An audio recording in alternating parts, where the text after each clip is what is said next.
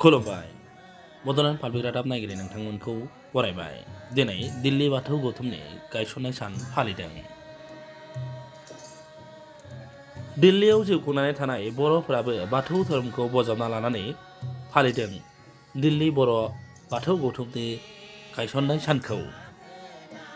बे हाबाफारियाव गाहाय आलासि महरै बाहागो लायो दुलाराय बाथौ गौथुमनि गाहाय नेहाथारि गणेश दैमारिया। हाबाफारि बायदियै फिरफिलाखौ बिरहोयो दिल्ली बाथौ गौथुमनि आफादगिरि डक्टर निरला रामसियारिया। खुलुमबाय। गिबि गिबियावनो बयनिसिमबो मागो दमासिनि अननाय खुलुमनाय हामलायनाय बावहरनाय जाबाय। लोगोसे दिनै जोंहा दिल्ली बर' बाथौ गौथुमनि थामथि गायसनथि सान दिल्लीनि गोदान दिल्लीनि बड'लेण्ड भवनाव जों फालिदों। बेयाव जों गोबां सुबुंफोरखौ लेंहरदों, मेम्बारफोर दङ। आसामनिफ्राय दुलाराय बाथौ गौथुमनि गाहाय नेहाथारि गणेश दैमारि बिथांखौ फैदों। लोगोसे दुलाराय बाथौ गौथुमनि गाहाय दौरि बिथां बशिष्ठ बसुमतारीबो नुजाफैनो हानायनि गेजेरजों जोबोद साबायखर होनाय जाबाय। आं दासान्दि दिल्ली बर' बाथौ गौथुमनि आफादगिरि। आंनि मुङा डक्टर निराला रामसियारि। आं जवाहरलाल नेहरू इउनिभारसिटियाव फोरोङो। जोंनि दिल्लीयाव गोबांनो साननानै दाख्लैबावै बोसोरथामनि सिगाङाव बाथौ गौथुम गायसननाय जादों। बे बाथौ गौथुमाव लोगोसे जोंहा थुनलाइ आफादफोर दङ आरो लोगोसे जोंहा बेयाव दिल्लीयाव थानाय जेसेबां मानि सुबुंफोर बर' सुबुंफोर दङ आसामनिफ्राय बा दाब दाब जायगानिफ्राय फैनाय बिथांमोननि गेजेराव जोंनि गेजेराव गासिबो बर'नि राव थुनलाइ आरो हारिमुखौ फोथांना लाखिनायदों। लोगोसे जोंनि बाथौआदि गिबिसिन धोरोम, बे गिबिसिन धोरोमखौ जों फोथांनानै लाखिनांगौ। ओंखायनो जों दिल्लीयावबो जोंनि जेसेबां मेम्बारफोर दङ बाथौ बा बर' सुबुंफोर दं, बाथौ सिबियारि दं, बिथांमोनजों ज' नांनानै जों सानदों। मानोना बेसेबा गोबावनि उनाव जों थांनाय बोसोरथामनि सिगाङावसो बाथौ गौथुम दानो हादों।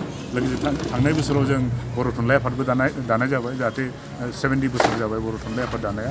होमब्लाबो जों थारमाने खालामाखैमोन, दा थांनाय जाबाय। बेयाव जोंनिया जेसेबां माने गोरों गोरा दङ बा बेयाव दिल्लीयाव खामानि मावफैनाय दङ, बिथांमोनखौ जों ज' खावलायनानै बेखौनो आवगायलांनो नाजादों जे जोंनि बर'नि राव थुनलाइ हारिमु आरो धोरोमा थांनानै थाथों। बिनि थाखाय जों लाहार फाहार खालामगासिनो दं।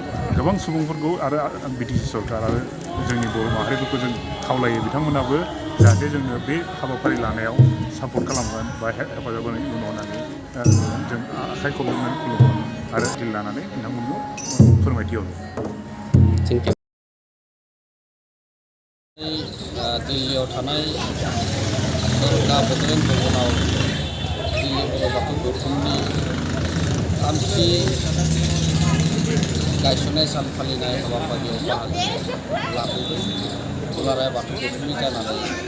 आरो बेनिखायनो बे दिल्लीयाव थानाय दिनै बिथांमोना जिखिनि साख्रि मावफैनाय, बिजनेस मावफैनाय, फरायनो थाफैनाय बिथांमोना ज' जानानै दिनै दिल्ली बर' बाथौ गौथुमखौ दादों। आरो दिनै बे गायसननाय सान फालिनाय हाबाफारियाव गोबां दिनै अफिसारफोराबो बाहागो लाफैदों। खेबसेयै बिथांमोना सानसेनि हाबाफारिजों बेयाव दिल्ली थानाय दरगानि बड'लेण्ड भवनाव बिथांमोना बे सानखौ फालिदों। आरो बेवहायनो डक्टर निरला रामसियारि आरो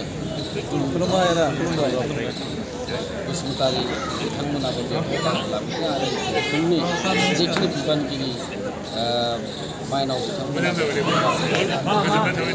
जाबायदि धोरोमनि खामानि मावदों आरो दुलाराय बाथौ गौथुमनि जानानै बिथांमोननिसिम साबायखर बिथांमोना सावरायलायनानै मावलाङो आरो बेखौ होनानै गोजोननाय मोन्दों। गोजोन्थों।